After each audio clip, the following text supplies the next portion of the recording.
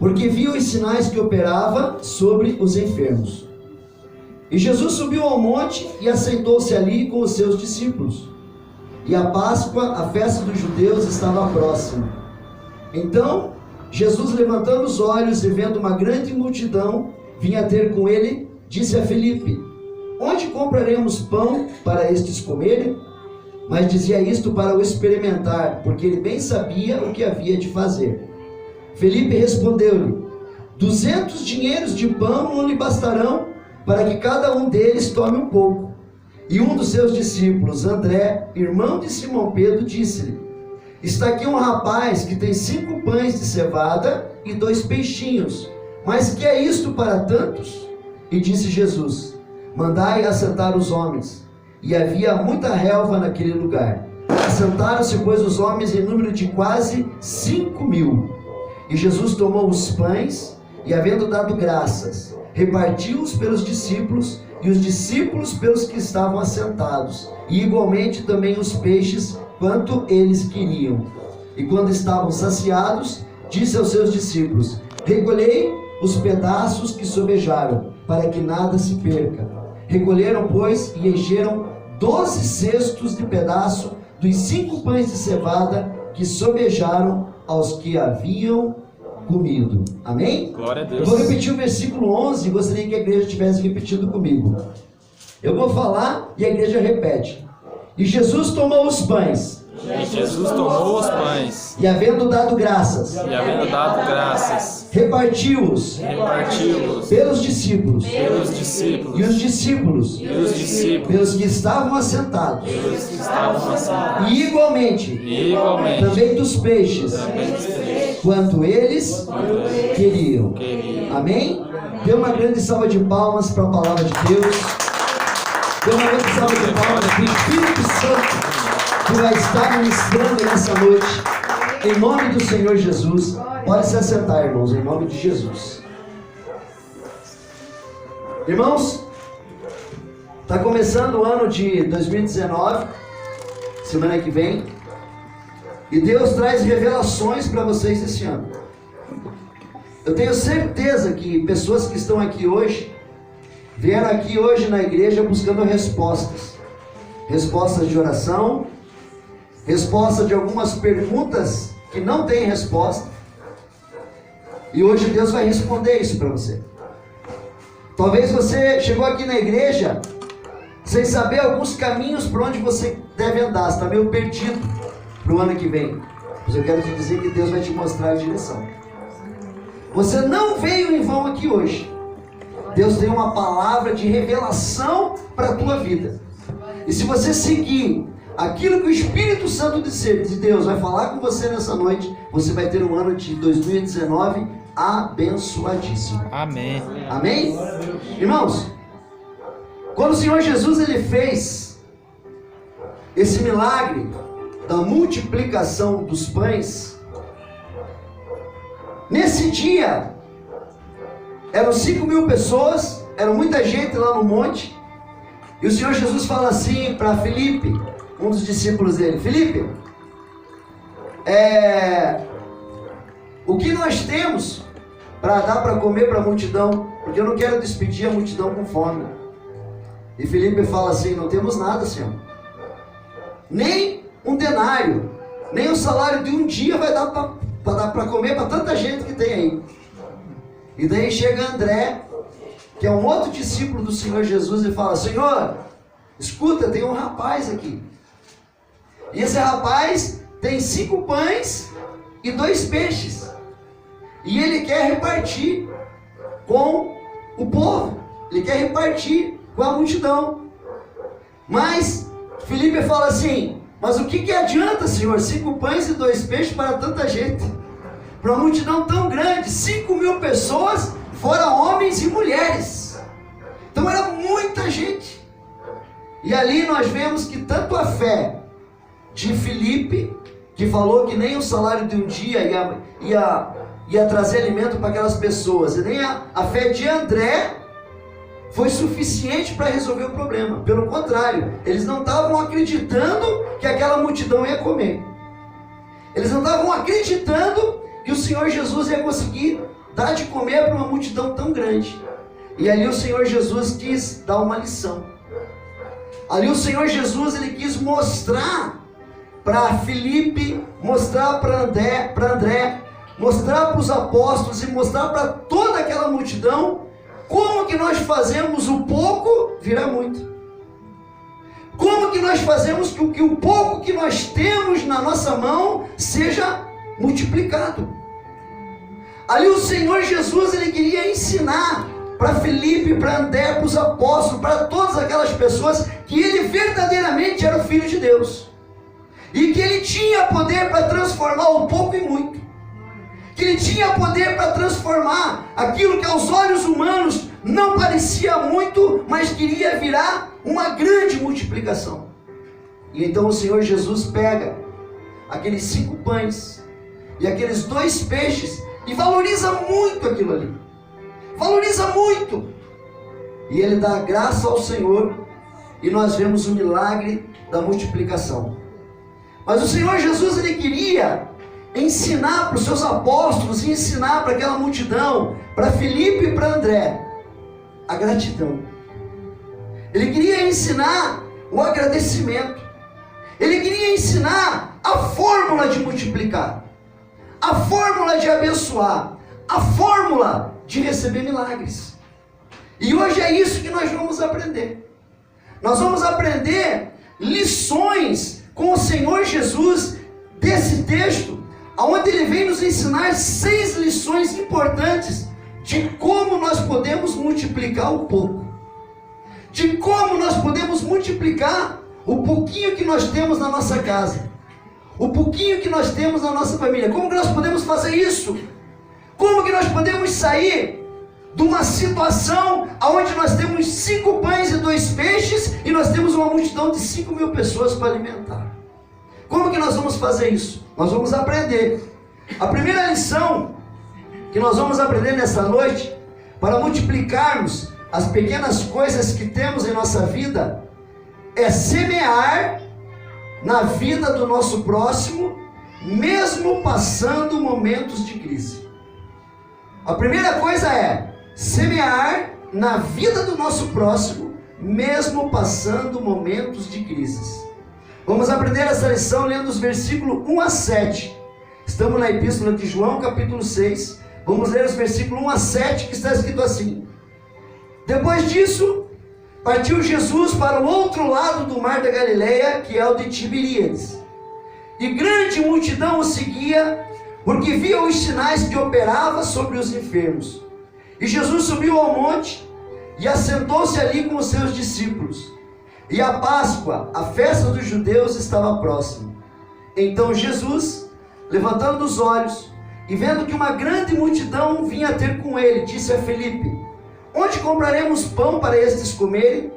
Mas dizia isto para o experimentar, porque ele bem sabia o que havia de fazer. Filipe respondeu-lhe: 200 dinheiros de pão não lhes bastarão, para que cada um deles tome um pouco. Uma multidão muito grande seguia Jesus. E essa grande multidão o seguia porque via os sinais que ele operava sobre os enfermos. Viu os sinais que ele operava sobre as pessoas doentes. Viu os sinais que ele operava sobre os cegos, sobre os coxos, sobre aquela mulher que tinha o fluxo de sangue. Viu os sinais que ele operava até sobre mortos ressuscitando. Por isso aquela multidão o seguia. Aquela multidão de pessoas estava em um lugar sem recursos, em um monte que só tinha relva e mais nada. Estava faminta. E a escuridão da noite já estava próxima. Nem o Senhor Jesus tinha um estoque de alimento para todos aqueles 5.000 homens, fora mulheres e crianças. Era um momento dificílimo para socorrer toda aquela gente cansada e toda aquela gente faminta. Para aquele milagre da multiplicação acontecer, alguém precisava semear no reino de Deus. E alguém se apresenta para semear. Um menino com 5 pães e 2 peixes. Era o lanche daquele menino. Era tudo que ele tinha. E assim mesmo, ele decidiu repartir o único alimento que possuía com aqueles que estavam com fome, com aquela multidão que estava faminta. Irmãos, semear na vida dos outros em tempos de prosperidade, quando temos muitas coisas sobrando, quando tudo corre às mil maravilhas, é muito fácil. Mas o difícil é nós semearmos quando nós estamos passando por um momento de escassez, quando nós não temos nem para nós mesmos, e nós temos que saber que nós temos que semear com aquele que não tem.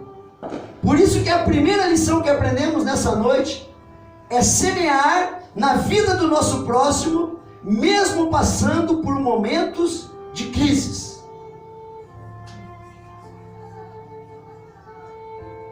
Pastor, mas eu já não tenho nada na minha casa. Eu nem sei se vou ter dinheiro para fazer compra amanhã. E eu ainda tenho que repartir com aquele que não tem? Isso mesmo. Foi isso que aconteceu com uma viúva da cidade de Sarepta.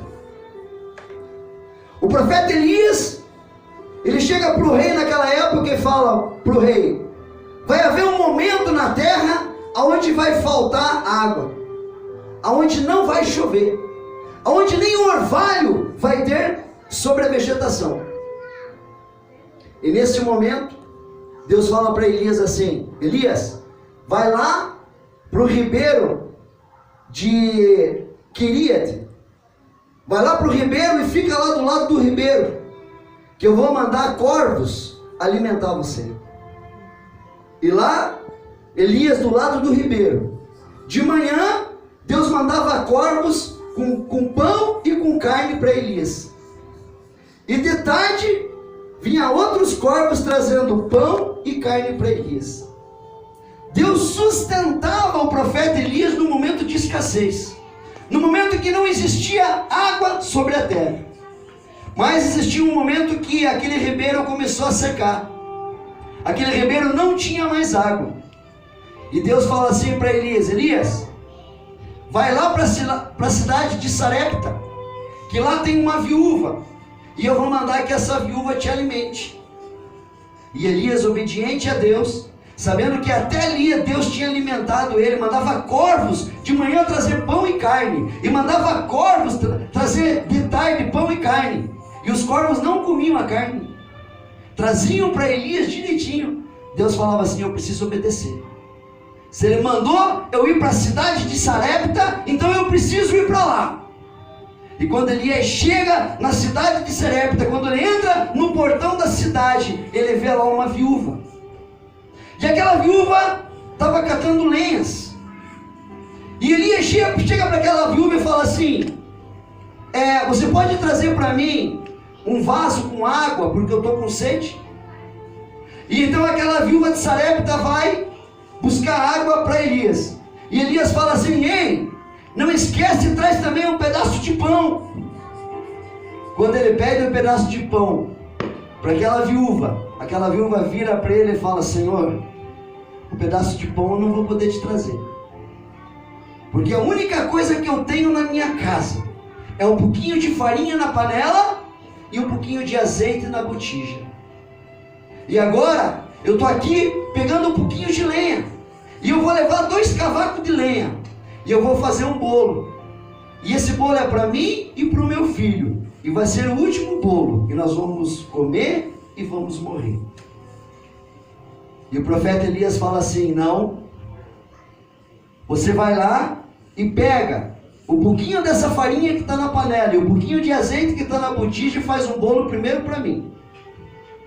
Primeiro para mim você vai fazer um bolo, depois você vai fazer para você e para o teu filho, porque o Senhor Deus fala que não vai faltar farinha na panela e não vai faltar azeite na botija.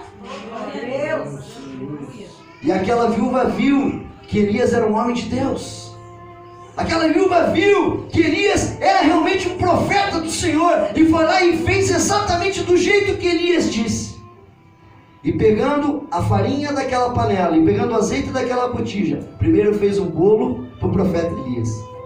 E durante todo aquele tempo, onde faltou terra, onde faltou água sobre a terra, não faltou farinha e não faltou azeite na botija. Aquilo multiplicava na panela, aquilo multiplicava na botija e não faltava nada. Mas o milagre que Deus tinha para a vida daquela viúva era muito mais do que multiplicar a farinha e muito mais do que multiplicar o azeite. O milagre que Deus tinha para aquela mulher era com o filho dela. Porque Deus sabia que o filho daquela viúva iria morrer. E depois de uns dias, o filho daquela viúva pega uma doença. E a doença é tão forte que ele para de respirar e morre. E aquela viúva chega para Elias e fala: profeta Elias, por que você veio para a minha vida? Você veio para a minha vida para mostrar que eu sou pecadora e para o meu filho morrer? E Elias fala assim: Deus não multiplicou a farinha da tua panela? Deus não multiplicou o azeite da tua botija? Você vai ainda duvidar desse Deus? Traga teu filho aqui. E a Bíblia diz que Elias pega o filho daquela viúva e leva no quarto aonde ele estava hospedado, na casa da viúva. E Elias apresenta aquele menino para Deus e fala: Senhor, o Senhor me mandou aqui na casa dessa viúva para que o sofrimento dela aumentasse. Já não chega a fome que essa mulher tinha, agora ainda ela vai ter o seu filho morto. Faça, meu Deus, com que a alma volte ao corpo desse menino. E então Elias, por 3 vezes, se deita sobre aquele menino. E depois que ele se deita 3 vezes sobre aquele menino na cama, aquele menino ressuscita. E então ele chega e fala assim: está aqui teu filho vivo. O Deus de Israel, aquele que proveu a farinha na panela, aquele que proveu o azeite na botija, faz muito mais do que prover o que você precisa, mas ressuscita aqueles que estão mortos. Oh, glória a Deus, aleluias! Aleluia. O que está morto na tua vida que precisa ser ressuscitado? Aleluia. O que está morto na tua vida que Deus não pode ressuscitar e que não pode reviver? O que é para você às vezes estar com um pouquinho de farinha na panela, um pouquinho de azeite na botija, se Deus tem muito mais, se Deus tem poder para ressuscitar os mortos? Então que nessa noite você aprenda que a primeira lição do Senhor é semear na vida do nosso próximo, mesmo passando por momentos de crise. Que o exemplo da viúva de Sarepta serva para a tua vida. Que você comece a ajudar o teu próximo. Que você veja quem está precisando. E se você puder ajudar, ajude. Porque não vai faltar farinha na tua panela, não vai faltar azeite na tua botija. A partir do ano de 2009, nós profetizamos em nome de Jesus. Oh, glória a Deus, aleluia. Dê uma salva de palmas para o nosso Deus, para o Deus de Israel, para o Deus de Elias. Oh, glórias, aleluia.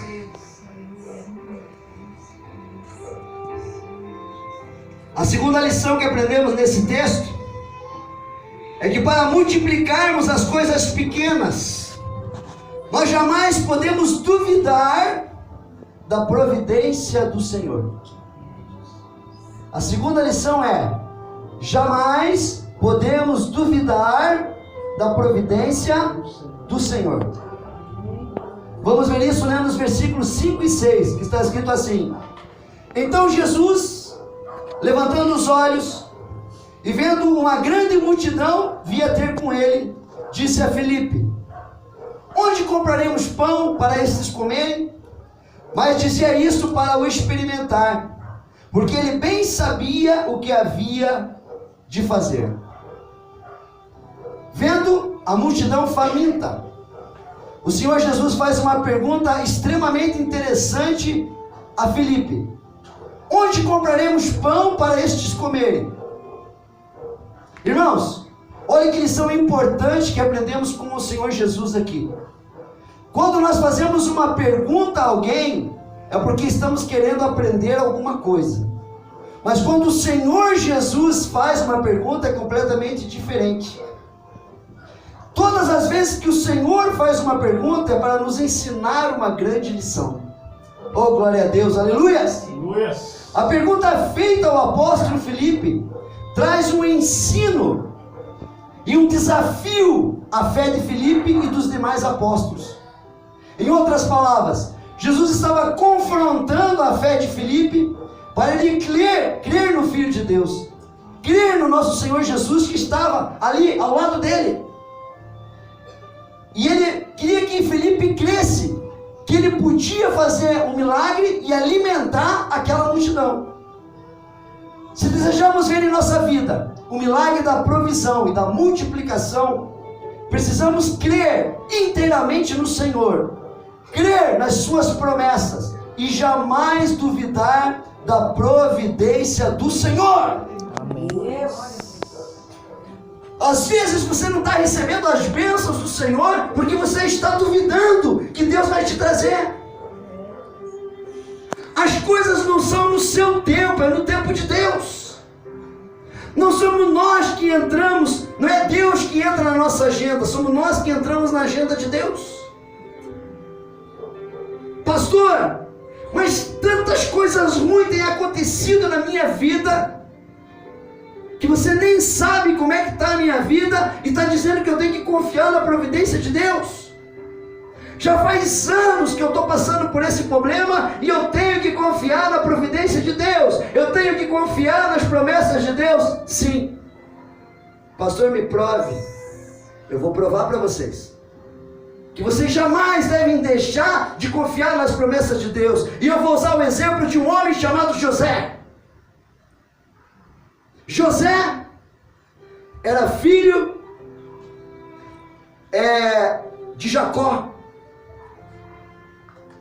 José era um dos filhos mais amados de Jacó.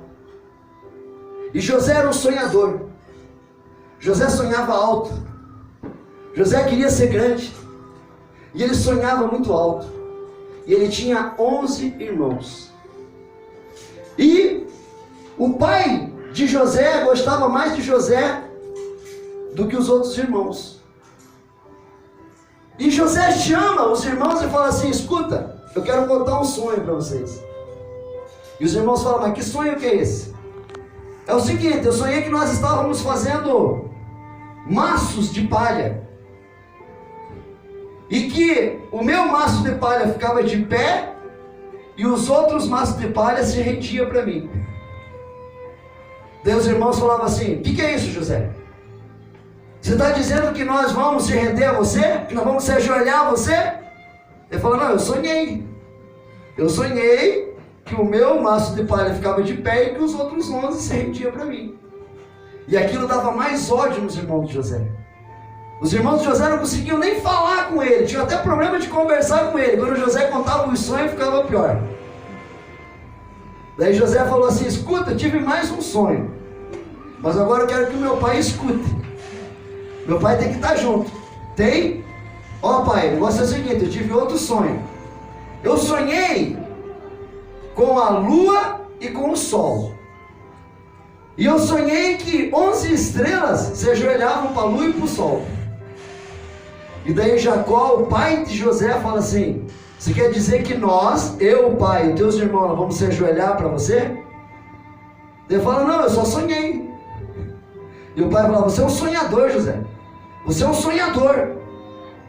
E então, os irmãos de José, com ciúme de José, porque José era um sonhador e porque Jacó gostava de José, montaram um plano de matar José. E falaram: olha, a gente vai sair, a gente vai comprar alguma coisa e nós vamos matar José. Mas eles não mataram José, eles colocaram José numa cova. Jogaram José num buraco. E naquele buraco não existia água. E eles não mataram José. E quando eles saíram e viram que José estava na cova, então eles viram que vinham mercadores medianitas. E então eles tiveram uma ideia: não vamos matar José, vamos vender ele como escravo. Vamos ganhar um troco em cima de José. Ele não é esperto, vamos vender ele como escravo. E então os 11 irmãos de José vão e chamam José e vendem José para os medianitas, vendem ele como escravo. Quando os medianitas levam José para vender como escravo, lá no Egito um homem compra José E o nome desse homem se chamava Potifar. E este homem era o chefe da guarda. Esse homem era um homem que comandava o exército do Egito. Era um homem muito grande, muito rico. E ele comprou José para ser escravo dele. E então José começa a ir para a casa de Potifar e começa a trabalhar como um servo de Potifar. Só que Deus era tanto com a vida de José, Deus abençoava tanto a vida de José, que Potifar começou a ver que depois que José entrou na sua casa, tudo começou a prosperar, tudo começou a crescer. Potifar começou a ficar cada vez mais rico, porque José morava dentro da sua casa, porque ele via que José era um homem de oração, porque ele via que José era um homem temente a Deus, porque ele via que José era um homem que acreditava no Deus de Israel. E então Potifar, vendo que a sua casa começou a prosperar, coloca todas as suas coisas na mão de José. E o que aconteceu? A mulher de José coloca o olho, a mulher de Potifar coloca o olho em José. Vê José um rapaz bonito, vê José um rapaz jovem, e coloca o olho em Potifar e fala para que José se deitasse com ela. José fala assim: não, eu fui comprado pelo meu Senhor, eu fui comprado por Potifar, e eu não vou trair o meu Senhor, jamais eu vou pecar contra o meu Deus. E várias vezes José teve o convite da esposa de Potifar para que ele se deitasse com ela. E teve um dia que ela, com raiva, porque José se negava a deitar com ela, então ela foi para cima de José e José correu. Quando José correu, ela conseguiu pegar a roupa de José. E quando ela conseguiu pegar a roupa de José, José saiu correndo. Então aquela mulher, com tanta raiva de José não ter cedido aos seus instintos, ela chega e fala para os outros servos da casa e para Potifar que José queria abusar dela. E ela tinha a roupa de José para provar que José que tentou abusar dela. Sabe o que aconteceu? Potifar, acreditando na sua esposa, acreditando que realmente José é quem tinha abusado dela, manda prender José. E José então vai preso para o calabouço. Tudo dava errado na vida de José. Foi traído pelos irmãos, foi colocado numa cova, foi vendido como escravo. Quando ele consegue dar uma melhorada na vida, arruma um emprego, começa a trabalhar de servo, a mulher inventa uma história e manda ele para a prisão. Só que Deus era com José. E lá na prisão existia um padeiro do rei e um copeiro do rei. E eles também foram presos. E esse padeiro e esse copeiro tiveram um sonho. E José adivinhou o sonho deles. Porque José disse assim: olha, não sou eu que adivinho o sonho, mas quem interpreta os sonhos é o meu Deus. E então José interpreta o sonho do copeiro e interpreta o sonho do padeiro. Ele falou que o copeiro ia voltar a trabalhar com o rei, mas o padeiro ia ser morto. Esse era o sonho. E aconteceu exatamente do jeito que José tinha falado. E José fala assim: quando se cumprir o sonho que eu estou falando, e você subir a servir o rei, lembra-te de mim que estou preso aqui. E o copeiro voltou a servir o rei, e levaram-se 2 anos, e nada de José ser solto. Durante 2 anos ele estava preso, e ainda o carcereiro lá gostava tanto de José que colocou José como chefe dos presos. Era José que comandava todos os presos lá na cadeia. Mas o rei teve um sonho. E o rei chamou todos os magos e chamou todos os adivinhos do reino e perguntou para que eles adivinhassem qual era o sonho que ele tinha tido. E nenhum daqueles homens puderam dizer qual era o sonho, qual era a interpretação do sonho do rei.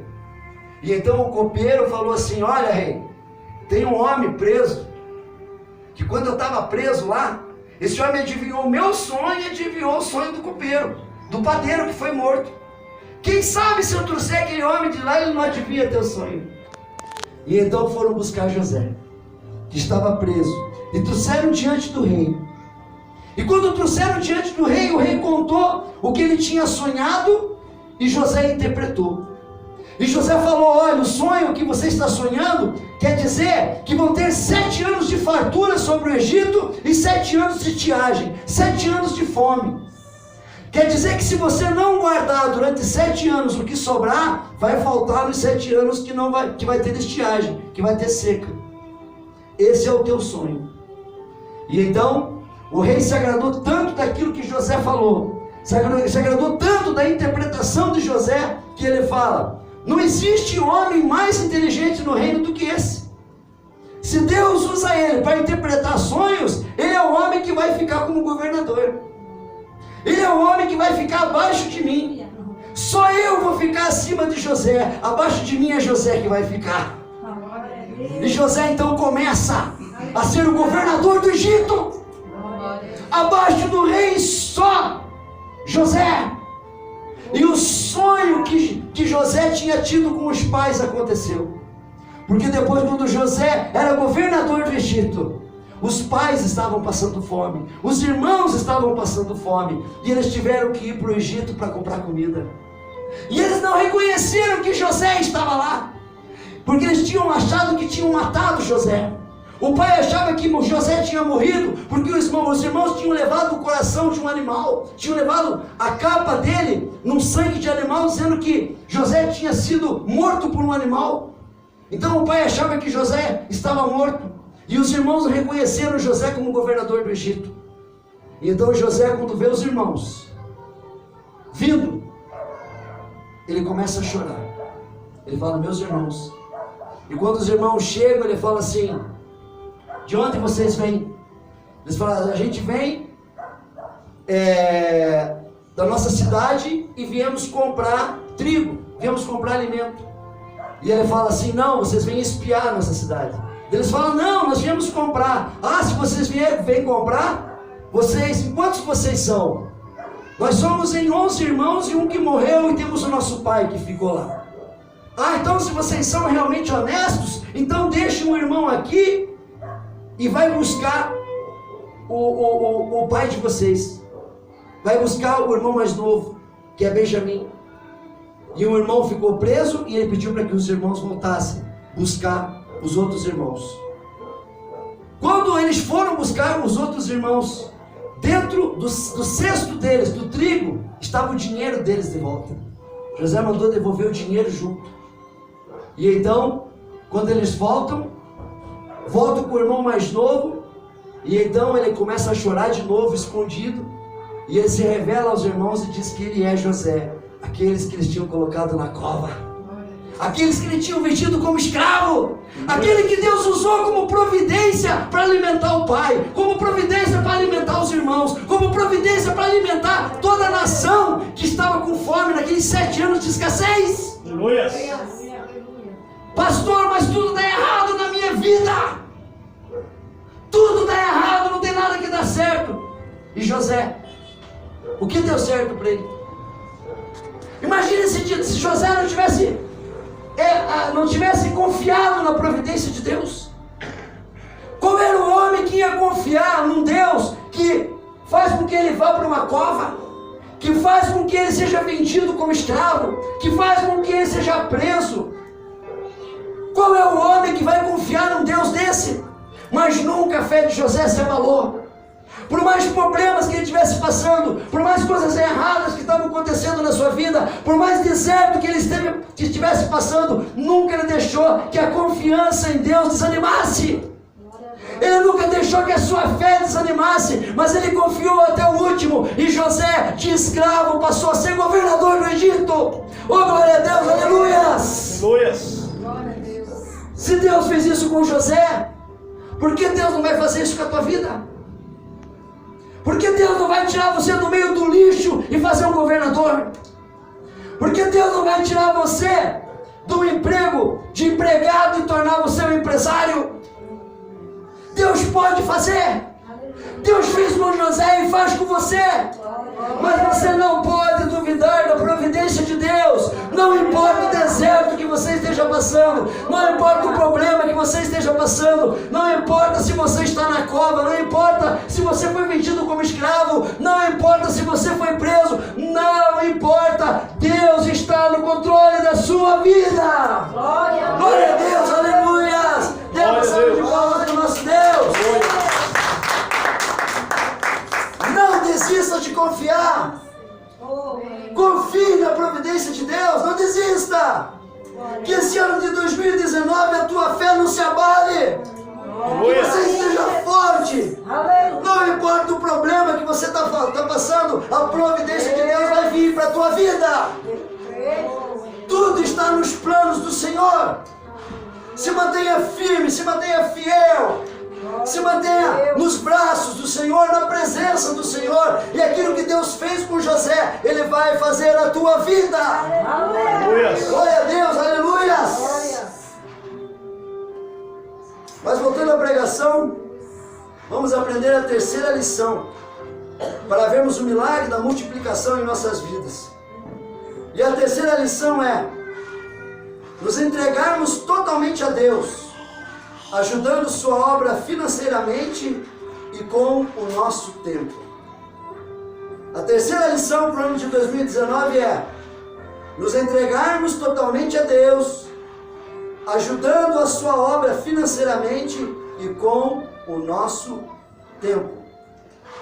Vamos aprender isso lendo os versículos 5 a 9, que está escrito assim: Então Jesus, levantando os olhos e vendo uma grande multidão que vinha ter com ele, disse a Filipe: Onde compraremos pão para estes comerem? Mas dizia isto para o experimentar, porque ele bem sabia o que havia de fazer. Filipe respondeu-lhe: 200 dinheiros de pão não lhes bastarão para que cada um deles tome um pouco. E um dos seus discípulos, o André, irmão de Simão Pedro, disse: Está aqui um rapaz que tem 5 pães de cevada e 2 peixinhos. Mas que é isto para tantos? Jesus fez uma pergunta testando a fé do apóstolo Filipe: Onde compraremos pão para estes comerem? O apóstolo Filipe respondeu que com a multidão que se encontrava ali, nem com 200 dinheiros de pão, ou seja, nem com denário, nem com o salário de um dia inteiro de trabalho, daria para alimentar tanta gente. Mas quem respondeu à pergunta do Senhor Jesus foi o discípulo chamado André, que disse: Espera aí, Senhor, está aqui um rapaz que tem 5 pães de cevada e 2 peixinhos. Com estes 5 pães e 2 peixes doados pelo rapaz, o Senhor Jesus operou o milagre da multiplicação. Mas olha que coisa interessante. Para o milagre acontecer, o nosso Senhor pediu ajuda para pessoas que o ajudaram a fazer a obra de Deus. O menino que doou os 5 pães e 2 peixes fez uma doação de tudo que tinha, de mais valioso que ele tinha para o Senhor Jesus. Como que o Senhor multiplicará o pouco que nós temos, se nós não doarmos ao Senhor Jesus, ajudando financeiramente a sua obra com as nossas ofertas ou com o nosso tempo? Quantos oram para que suas finanças sejam ricamente abençoadas, seu trabalho e sua empresa prosperem, seu pão de cada dia seja multiplicado? No entanto, nunca se entregaram de corpo e alma ao Senhor. Vemos naquele rapazinho a vitória da generosidade, doando tudo que tinha para alimentar a multidão e ajudar a Jesus a fazer a obra de Deus. Pastor, então quer dizer que no ano que vem, para mim começar a prosperar, eu tenho que ajudar a obra de Deus financeiramente e ajudar a obra com o meu tempo. Isso mesmo. E eu vou dar exemplo para vocês de um homem da Bíblia. E esse homem se chamava Jacó. Jacó, ele traiu o seu irmão Esaú. Esaú era o irmão mais velho. Era o filho da primogenitura. toda a herança do pai teria que passar para Esaú. Mas Jacó chega para Esaú com um prato de lentilha e fala: Esaú, vende a tua primogenitura para mim. E Esaú vendeu a primogenitura por um prato de lentilha.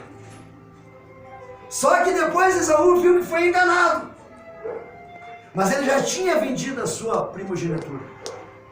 E Jacó, vendo que Esaú foi enganado, ainda aprontou mais uma. Pegou uma coberta, uma roupa de pele, porque Esaú, seu irmão, era muito peludo. Pegou uma roupa de pele, e o pai dele era cego, não conseguia enxergar. E ele fala assim: pai, abençoa o teu filho Esaú com a primogenitura. E como o pai de Jacó, que era Isaac, não enxergava, ele pegou em Jacó para ver se era Esaú. E lá viu um monte de pelo. E então coloca a bênção da primogenitura sobre Jacó. Jacó 2 vezes enganou Esaú. Esaú ficou uma fera com ele e queria matar Jacó. A mãe de Jacó, que era a Rebeca, fala para Jacó: Jacó, pega as tuas coisinhas, ó, some que o teu irmão vai te matar. Você já enganou o homem 2 vezes. Você já enganou ele com um prato de lentilha e enganou ele agora fazendo com que Isaac desse a bênção da primogenitura para ele.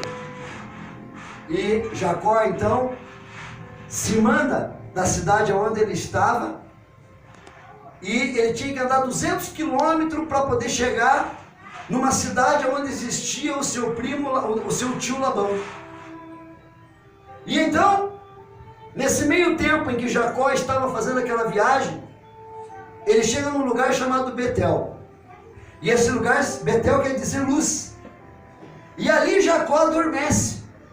E ele coloca a sua cabeça sobre uma pedra. E ali Jacó tem um sonho. Sabe o que ele sonha? Ele vê uma escada. E ele vê uma escada tão alta que a escada pegava no céu. E ele via que anjos subiam e desciam por aquela escada. E depois que Jacó se levanta e lembra do sonho, Deus fala com Jacó. Deus fala assim: ó, Jacó, toda a tua descendência vai ser abençoada. Toda a tua família vai ser abençoada. Eu estarei contigo em todos os dias da tua vida. E então Jacó chama aquele lugar Betel, né? E Jacó continua a viagem. Mas vendo Jacó a fidelidade de Deus, Jacó fala assim, faz um propósito com Deus, faz um voto com Deus. Jacó fala assim: Deus, se durante essa viagem que eu tenho para chegar lá na casa do meu tio Labão, o Senhor cuidar de mim, o Senhor não deixar faltar nada que eu como, o Senhor não deixar faltar comida, não deixar faltar roupa, não deixar faltar nada, de tudo que eu ganhar, eu te darei o dízimo. Jacó faz um voto com Deus: se o Senhor me levar são e salvo na casa do meu tio Labão, de tudo que eu ganhar, eu te darei o dízimo. Jacó não fez uma barganha com Deus. Jacó não queria fazer um negócio com Deus: olha, eu vou dar o dízimo e você me abençoa. Não.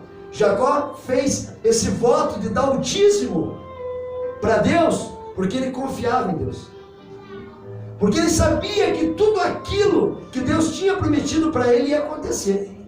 Que Deus realmente iria guardar ele, ia cuidar dele, ia abençoar a vida dele. E ele queria de alguma forma retribuir aquilo que Deus estava fazendo por ele. E então ele faz um voto de que tudo que ele ganhasse, ele daria o dízimo. E então ele chega na casa do seu tio Labão, e lá seu tio Labão faz ele trabalhar. E ele começa a olhar Raquel. Começa a gostar da prima. E Labão, esperto, fala assim: você gostou de Raquel? Gostei. Então trabalha 7 anos para mim, e daí você vai ter Raquel. E então Jacó, 7 anos trabalhando para Labão, né? Para conseguir a Raquel. Quando chega no dia para conseguir a Raquel, Labão dá Lia para ele. da outra filha. Fala, não, fica com a Lia. Não, mas eu quero a Raquel. Não, fica com a Lia. Agora você vai trabalhar mais 7 anos pela Raquel. Quando ele começa a trabalhar, Labão dá Raquel também para Jacó, e ele fica com as duas. E chega um momento em que Jacó quer ir embora. E Labão queria que ele ficasse mais um tempo. E ele fala assim, eu vou ficar mais um tempo, mas agora nós vamos separar o rebanho. Todos os rebanhos que são marrons, que são morenos, vão ficar com você. E aqueles que são salpicados vão ficar comigo. E então, pela fé, Jacó, quando o rebanho vai tomar água, ele pega e coloca uma vara cortada. E aquilo quer dizer que o rebanho que tomasse a água ali, os filhos iam nascer salpicados. Os filhos iam nascer manchados, de 2 cores. E então o gado seria dele. E Jacó se torna um homem muito rico. Muito rico. E 20 anos depois, então ele volta para Betel. E então ele cumpre com aquilo que ele tinha prometido. E deu o dízimo de tudo aquilo que ele tinha prometido para Deus. De tudo aquilo que ele ganhou. Então, irmãos, esse ano, se Deus falar para você que para você ser abençoado, você tem que fazer um voto na igreja, faça. Porque Jacó fez isso e foi abençoado. E ninguém falou para Jacó fazer isso. Quem falou para Jacó fazer isso foi o Espírito Santo. É o Espírito Santo que tem que falar para você se você deve fazer um voto. É o Espírito Santo que tem que falar para você se você deve dizimar. É o Espírito Santo que deve falar para você se você deve ofertar. Mas o Espírito Santo vai te mostrar. Ele vai te dar estratégias para você. E se ele falar que você tem que dizimar, que você tem que votar, que você tem que dar oferta, é porque ele quer testar o teu coração. E ele quer ver se o teu dinheiro está na obra de Deus, se está em Deus, ou se o teu coração está no dinheiro. Então, fique atento esse ano naquilo que o Espírito Santo está falando com você. Porque o ano passado eu fiz votos com Deus. E eu já falei para vocês que eu tinha 17 mil de dívidas que eu criei com essa crise que deu no Brasil. E eu fazia votos aqui na igreja de 15 reais, de 20 reais, nas campanhas, votos de 30 reais, votos de 50 reais. E deu um ano, gente, eu consegui pagar 17 mil reais de dívida. Vocês são testemunha disso. Como que em um ano a gente vai conseguir pagar 17 mil de dívida e ainda sustentar a família, ainda pagar as dívidas, ainda sustentar o carro, ainda com todas as despesas pessoais que a gente tem, ainda conseguir pagar 17 mil de dívidas? Matemática, não tem como você entender a matemática de Deus. A matemática que eu entendo é que todo mês eu pagava o meu voto e todo mês sobrava dinheiro para pagar uma conta. E deu uns 12 meses agora, uns 3 meses atrás, eu consegui pagar a última conta, que era 5.900. E eu consegui pagar essa conta à vista. Então, irmãos, não eram votos grandes, eram votos pequenos. O Espírito Santo mandou eu fazer isso. Porque na nossa igreja, aqui é tudo voluntário.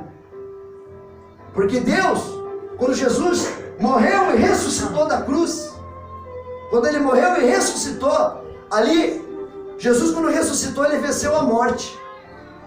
Jesus quando ele ressuscitou, ele venceu a lei. Jesus quando ele ressuscitou, ele venceu o pecado.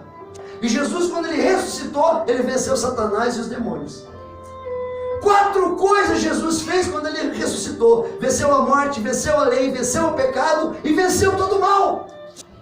Então hoje nós dizimamos e ofertamos na casa do Senhor por amor, por gratidão, agradecendo ao Senhor o que Ele faz na nossa vida, fazendo às vezes um voto com Deus de que Ele continue cuidando de nós, ou cuidando de um filho, ou cuidando de um familiar. Então eu não sei o que o Espírito Santo vai falar com você nesse ano, mas se Ele falar, cumpra, porque aquilo que aconteceu com Jacó vai acontecer na tua vida, em nome do Senhor Jesus. Então, a terceira lição é nos entregarmos totalmente a Deus, ajudando sua obra financeiramente e ajudando a obra de Deus com o nosso tempo. Mas voltando ao texto, vamos aprender a 4ª lição para recebermos a multiplicação das bênçãos de Deus em nossas vidas. A 4ª lição é: sempre agradecer e consagrar a Deus o pouco que temos. Sempre agradecer e consagrar a Deus o pouco que temos. Vamos aprender isso lendo os versículos 10 e 11, que está escrito assim: E disse Jesus: Mandai assentar os homens. E havia muita relva naquele lugar. Assentaram-se, pois, os homens em número de quase 5.000. E Jesus tomou os pães, e havendo dado graças, repartiu-os pelos discípulos, e os discípulos pelos que estavam assentados, e igualmente também dos peixes, quanto eles queriam. Observe bem, irmãos.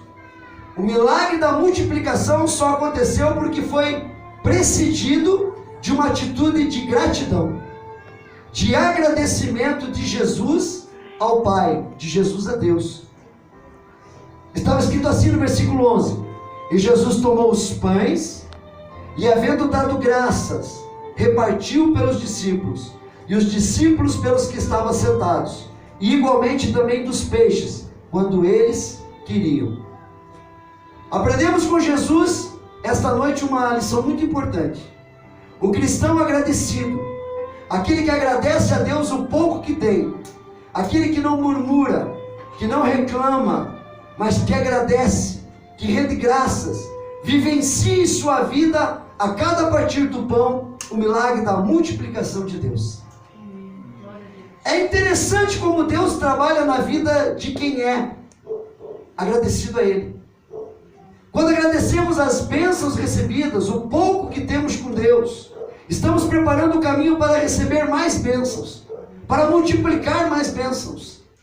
Deus vê o coração do cristão agradecido como o solo mais fértil para receber as gloriosas bênçãos, as maravilhas, os prodígios, os milagres do Senhor.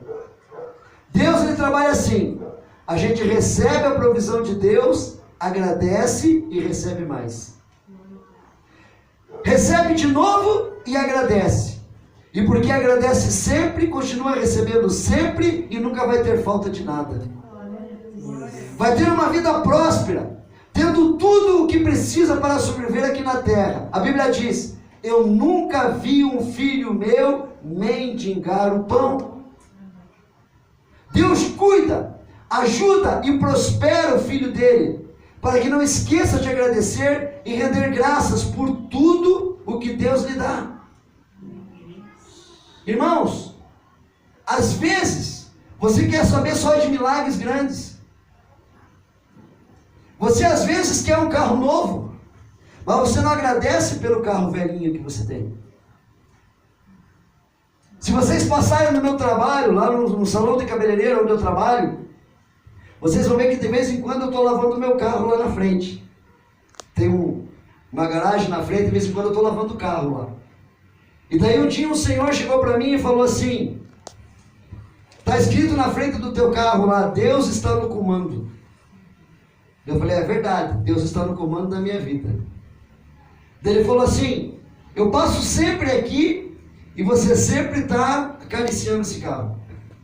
Sempre você está limpando esse carro, dando um brilho nesse carro, né? Daí eu falei para ele assim: mas tem um significado isso que eu faço. Você viu que está escrito lá, Deus está no comando? Ele falou: vi. Eu não limpo esse carro para mostrar que eu tenho um carro bonito. Eu não limpo esse carro para mostrar que ele brilha e para mostrar que eu tenho condições de ter um carro melhor do que os outros. Sabe por que eu limpo esse carro? Porque foi Deus que me deu. E se eu cuidar bem desse carro velhinho que Deus me deu, logo logo ele vai me dar um mais novo. Mas se eu não cuidar desse velhinho, eu não vou ter um mais novo. Porque é como você ter 2 filhos.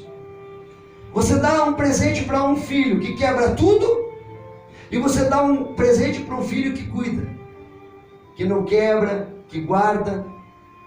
Para qual filho você tem mais prazer de dar presente? Para aquele que quebra ou para aquele que cuida? Então, se você tem coisas pequenas na tua vida, cuide. Uma pessoa que cuida de móveis de papel vai ter para sempre. E uma pessoa que não cuida, nem móveis de ferro vai durar dentro de casa. Cuide do que você tem. Cuide das coisas que você tem, não por amor a bens materiais, mas cuide dizendo assim: foi Deus que me deu. Foi Deus que me deu. E se eu quero uma coisa mais nova, então eu vou cuidar dessa velhinha. Porque se eu quero uma televisão mais nova, então eu vou cuidar dessa velhinha para Deus me dar condições de comprar uma mais nova. Eu vou cuidar dessa panela velha para Deus me dar condições do meu marido abrir a mão e comprar uma panela nova para mim. Cuida daquilo que você tem.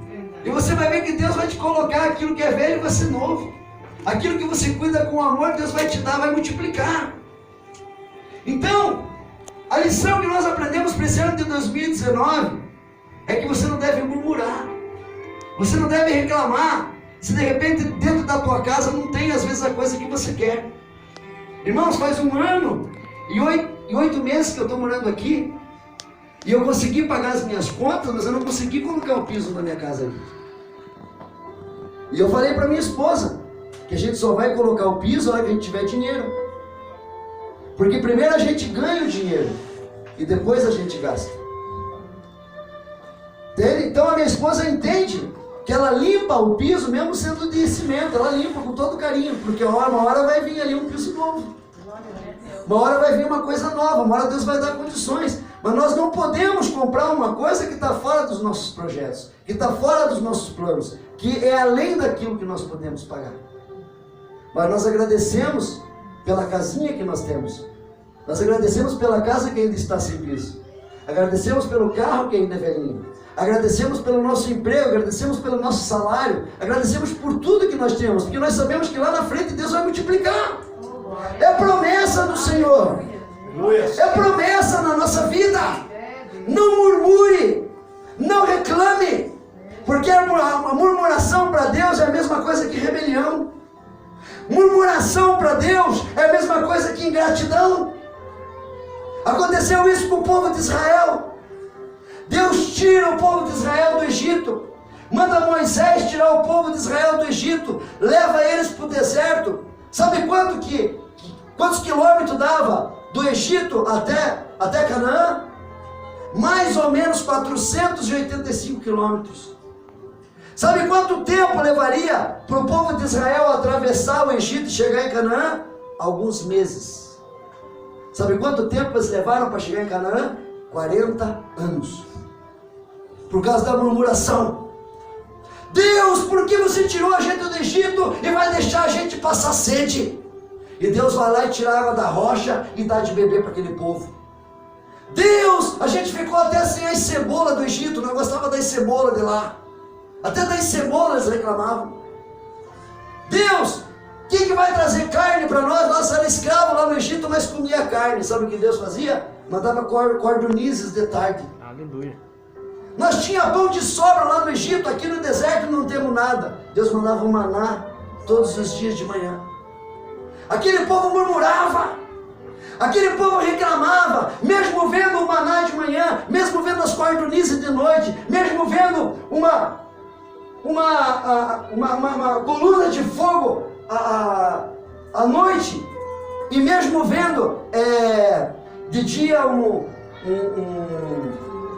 uma nuvem direcionando aonde eles deveriam andar, e de noite uma coluna de fogo. Eles viam os sinais de Deus e assim mesmo murmuravam. Queriam voltar para o Egito. E por causa disso, 40 anos eles levaram para sair do Egito e chegar a Canaã. E não entraram em Canaã. Quem entrou em Canaã foram só seus netos. Foi só a geração de 21 anos para baixo. E Caleb e Josué. Foram só esses que entraram em Canaã. Daquela geração, naqueles 40 anos, todos eles morreram. Por causa do quê? Por causa da murmuração. Murmuração.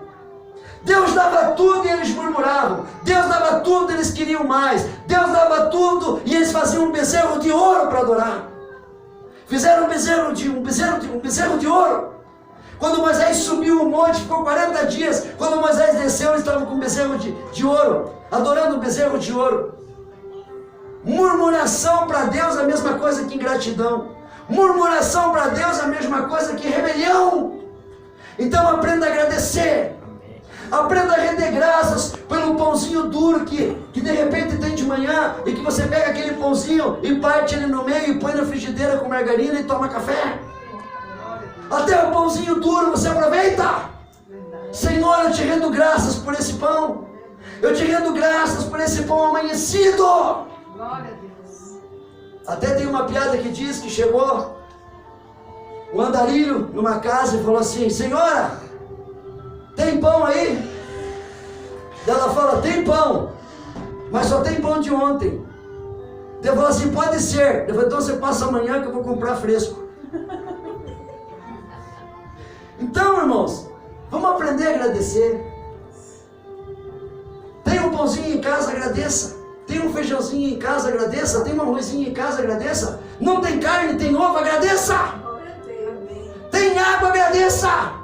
Tem onde dormir, agradeça. Tem roupa, agradeça. Tem sapato, agradeça. Está difícil, está passando no deserto, mas aprenda a agradecer. Não murmure, não reclame. Glória a Deus, aleluias. Glória a Deus. E voltamos a aprender, voltando à pregação, vamos aprender a quinta lição. Aprender a partilhar e compartilhar com os outros o que recebemos de Deus. Aprender a partilhar e compartilhar com os outros o que recebemos de Deus. Vemos essa lição no versículo 11, que está escrito assim: e Jesus tomou os pães, e havendo dado graças, repartiu pelos discípulos, e os discípulos pelos que estavam assentados, igualmente também dos peixes, quanto eles queriam. Observe o que está escrito, irmãos. Os pães e os peixes não multiplicaram nas mãos de Jesus, mas na mão dos seus apóstolos. O milagre da multiplicação não se deu só no momento em que Jesus partiu os pães e os peixes, mas o milagre da multiplicação se deu cada vez que ocorria a partilha da mão dos apóstolos.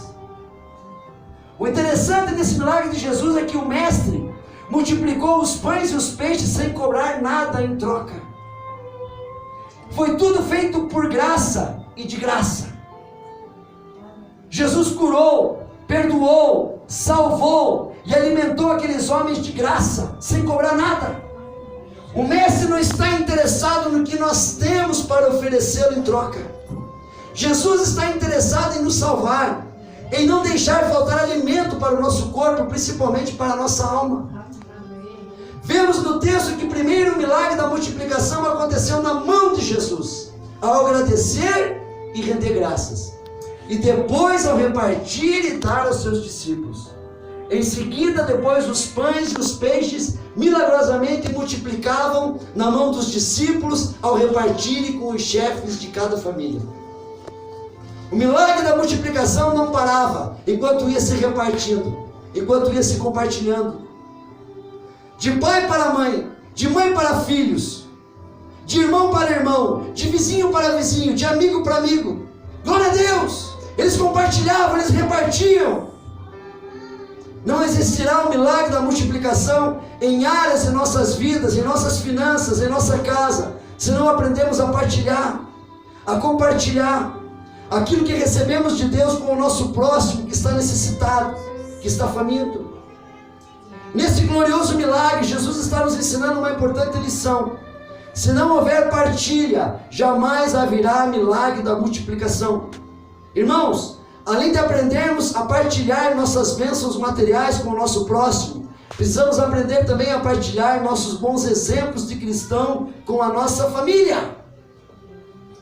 O que você está partilhando com os teus filhos?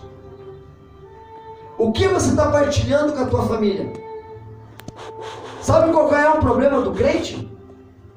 Quando ele se torna crente, ele quer ficar tão santo, tão santo, tão santo. Ele quer ter tanto senso de justiça que ele joga essa santidade na cara das pessoas. Não podemos fazer isso. Nós já pregamos sobre isso aqui. Mas o que você está ensinando para os teus filhos e para a tua família? Nós aqui na terra, nós não visitamos os mortos no cemitério, mas nós precisamos ter o terreno do cemitério. E precisamos ir lá limpar aquele terreno. E precisamos cuidar daquele túmulo. Só não podemos ir lá adorar os mortos. Porque a Bíblia diz que o único que nós devemos adorar é Jesus, porque Ele não morreu, Ele ressuscitou. Oh, glória a Deus, aleluia. Nós sabemos que o corpo de Jesus está lá em Jerusalém. Mas, o que é mais importante do que o corpo de Jesus?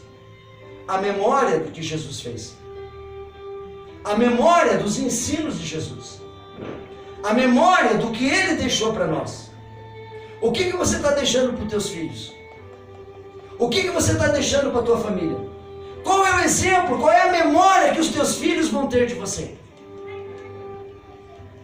Eu me lembro de um dia em que eu ajudei um senhor lá no salão, que eu tinha visto ele na frente do mercado e tinha visto que ele estava pedindo esmola, e eu vi que quando eu saí do mercado um menininho estava repartindo um lanche com ele, mas eu conhecia aquele senhor. No outro dia, no domingo, eu fui almoçar com a minha família, fui almoçar com os meus filhos, e quando nós entramos no restaurante, aquele senhor de barba estava lá. E eu sabia que aquele senhor era aquele senhor que estava pedindo esmola lá no mercado. E quando eu vi aquele senhor sentado lá, a pastora lembra, eu sabia que ele era um andarilho de rua. E eu cheguei na mesa dele e falei assim: o senhor está com fome? Ele falou assim: eu estou com fome. Só que eu pedi comida para esse casal que estava do teu lado, já faz 1 hora. Eles falaram que ia comprar comida, mas até agora nada. E eu estou sentado aqui esperando. E daí quando ele falou isso, eu falei assim: eu vou pagar o seu almoço. Hoje o senhor vai almoçar. E eu fui lá no dono do restaurante e falei assim: ó, eu quero que você sirva para aquele senhor o melhor. Ele vai se servir aqui no buffet e eu vou pagar o almoço dele. Então aquele senhor foi lá no buffet e fez um morro de comida, ele deu até medo. E aí ele pegou e guardou metade daquela comida no pacotinho de plástico, né? Acho que para comer de noite, né? E daí, eu me lembro que a hora que eu fui pagar a conta daquele senhor, o dono do restaurante ficou tão envergonhado que ele falou assim: eu vou pagar metade. Ele devia ter pago tudo. Mas tudo bem, pelo menos caiu a ficha dele.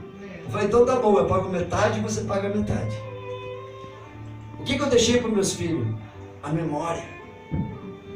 Um dia eu vou estar lá no caixão, me despedindo e indo para a glória. Vou estar sendo promovido. Vou ser promovido. Aleluia. Porque o cristão é promovido, ele não morre, ele tem vida eterna.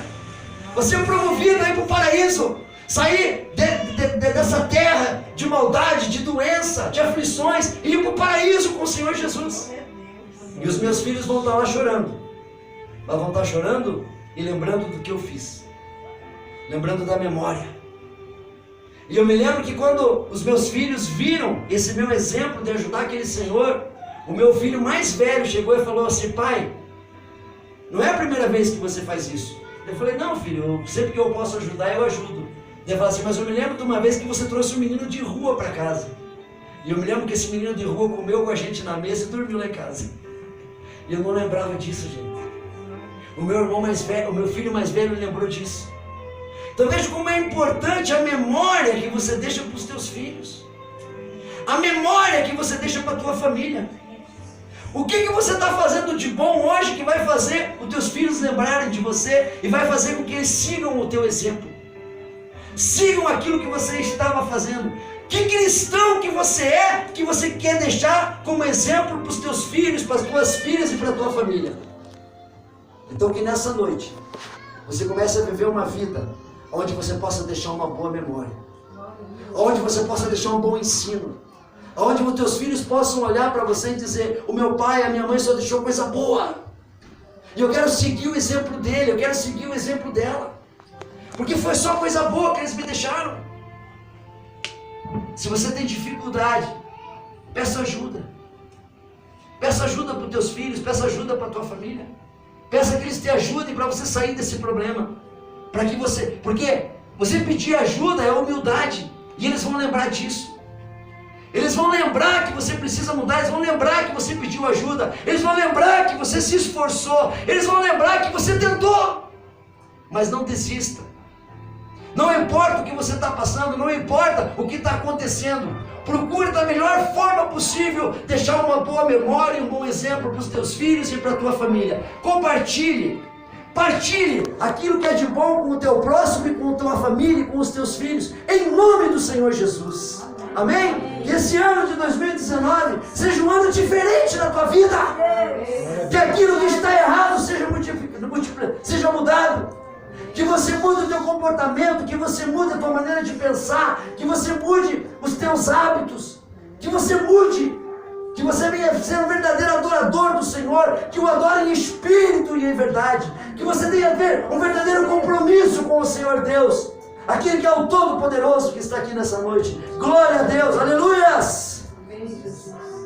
E agora, para encerrarmos a pregação, vamos aprender a sexta e última lição para termos a multiplicação de Deus.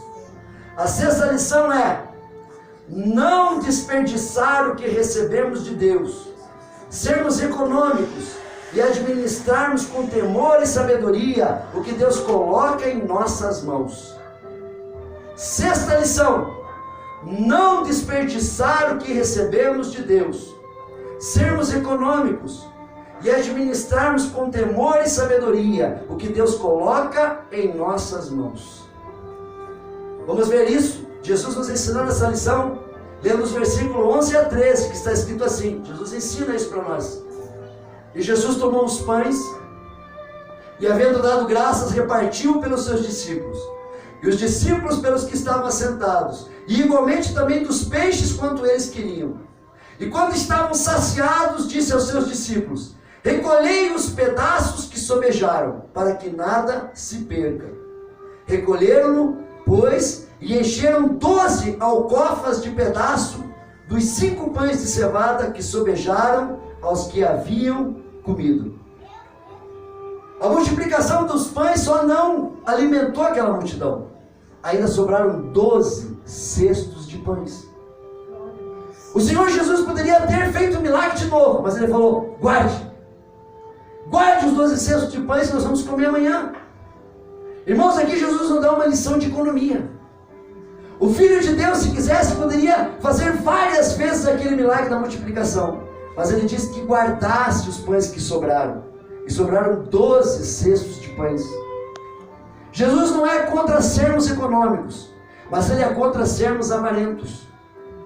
O pecado não está na economia, mas sim no pecado da avareza, quando o dinheiro se torna senhor de nossa vida, e vivemos em função só de ganhar dinheiro, e esquecemos de Deus, esquecemos da nossa família, esquecemos dos nossos amigos, esquecemos das pessoas que vivem à nossa volta. Quando o dinheiro e as coisas materiais se tornam o centro da nossa vida e não Deus, aí já não é mais uma bênção, mas uma vida de maldição. Olha o que o Senhor Jesus diz e nos ensina no livro de Lucas capítulo 14, versículo 28 a 30. Pois qual de vós, querendo edificar uma torre, querendo edificar uma casa, não se assenta primeiro a fazer as contas dos gastos, para ver se tem com o que acabar? Para que não aconteça que depois de haver posto os alicerces, e não a podendo acabar, todos os que a virem comecem a escarnecer dele, dizendo: este homem começou a edificar e não pôde acabar. O Senhor Jesus diz assim: não comece nada que você não pode terminar. Aqui o Senhor Jesus nos ensina uma lição que se chama planejamento. Não faça nada sem planejar.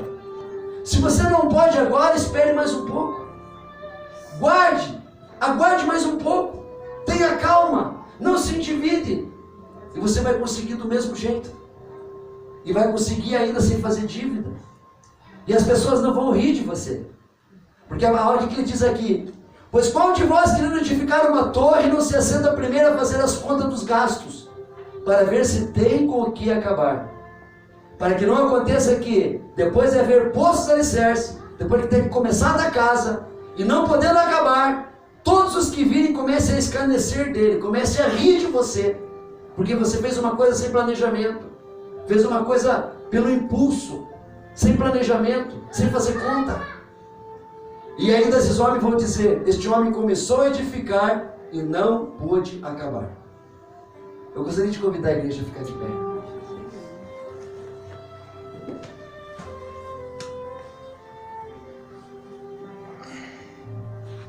Irmãos, Nessa noite aprendemos com o Senhor Jesus 6 importantes lições para estarmos debaixo da graça e da provisão de Deus nesse ano de 2019.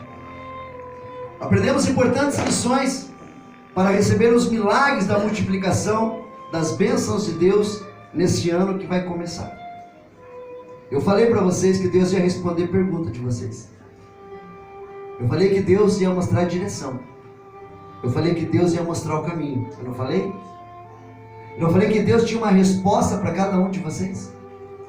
Que Deus tinha uma direção para cada um de vocês? Que Deus tinha uma revelação para cada um de vocês que veio aqui nessa noite?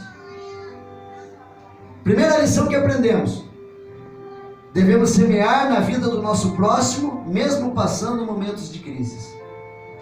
Segunda lição: jamais podemos duvidar da providência do Senhor.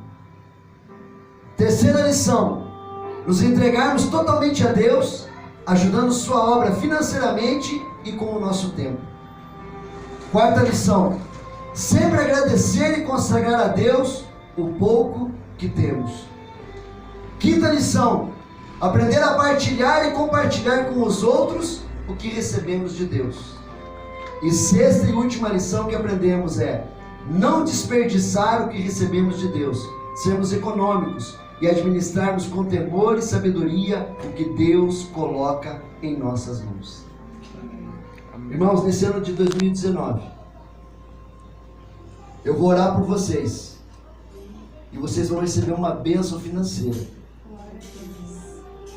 Eu não sei como que Deus vai fazer, nem no momento que Ele vai fazer e nem na hora que Ele vai fazer, mas eu sei que Ele vai fazer, porque a palavra de Deus não volta vazia. Se Deus mandou pregar isso hoje, se Deus mandou revelar isso hoje, é para vocês receberem. Quando os apóstolos pregavam, milagres aconteciam, e do mesmo jeito que acontecia lá na época dos apóstolos, acontece hoje. Se foi pregado, vai acontecer. Você só precisa obedecer. Nesse ano de 2019, tome cuidado com as propostas. Tome cuidado com aquele cartão de crédito que vem de 4.000 e você ganha só 1.000. Por que vem o cartão de crédito de 4.000 se você só ganha 1.000? Para que você empreste para os outros e se divida. Para que aqueles 4.000 se torne 8, se torne 20, se torne 30. E aconteça aquilo que o diabo quer: matar, roubar e destruir. Tome cuidado com o cheque especial. Só use se for necessário. Ande de acordo com as tuas pernas. Não gaste mais do que você ganha. Planeje as coisas que você vai fazer. Coloque no papel. Não confie na tua memória. Porque quando você coloca no papel, quando você faz o orçamento, você tem a realidade na tua frente daquilo que você ganha e daquilo que você gasta. E faça as 6 lições que o Senhor revelou para você nessa noite. Pastor, eu preciso dessa oração. Eu preciso dessa mudança. Eu preciso desse Senhor na minha vida. Eu preciso do Deus de Elias. Eu preciso do Deus da viúva. Eu preciso do Deus de Jacó. Eu preciso do Deus de Filipe, do Deus de André. Eu preciso do Deus que multiplica o pouco que eu tenho. Eu preciso. Se você precisa, vem aqui na frente, em nome do Senhor Jesus. Eu quero orar por você, em nome do Senhor Jesus. Porque eu quero que você tenha um ano de 2019 abençoado.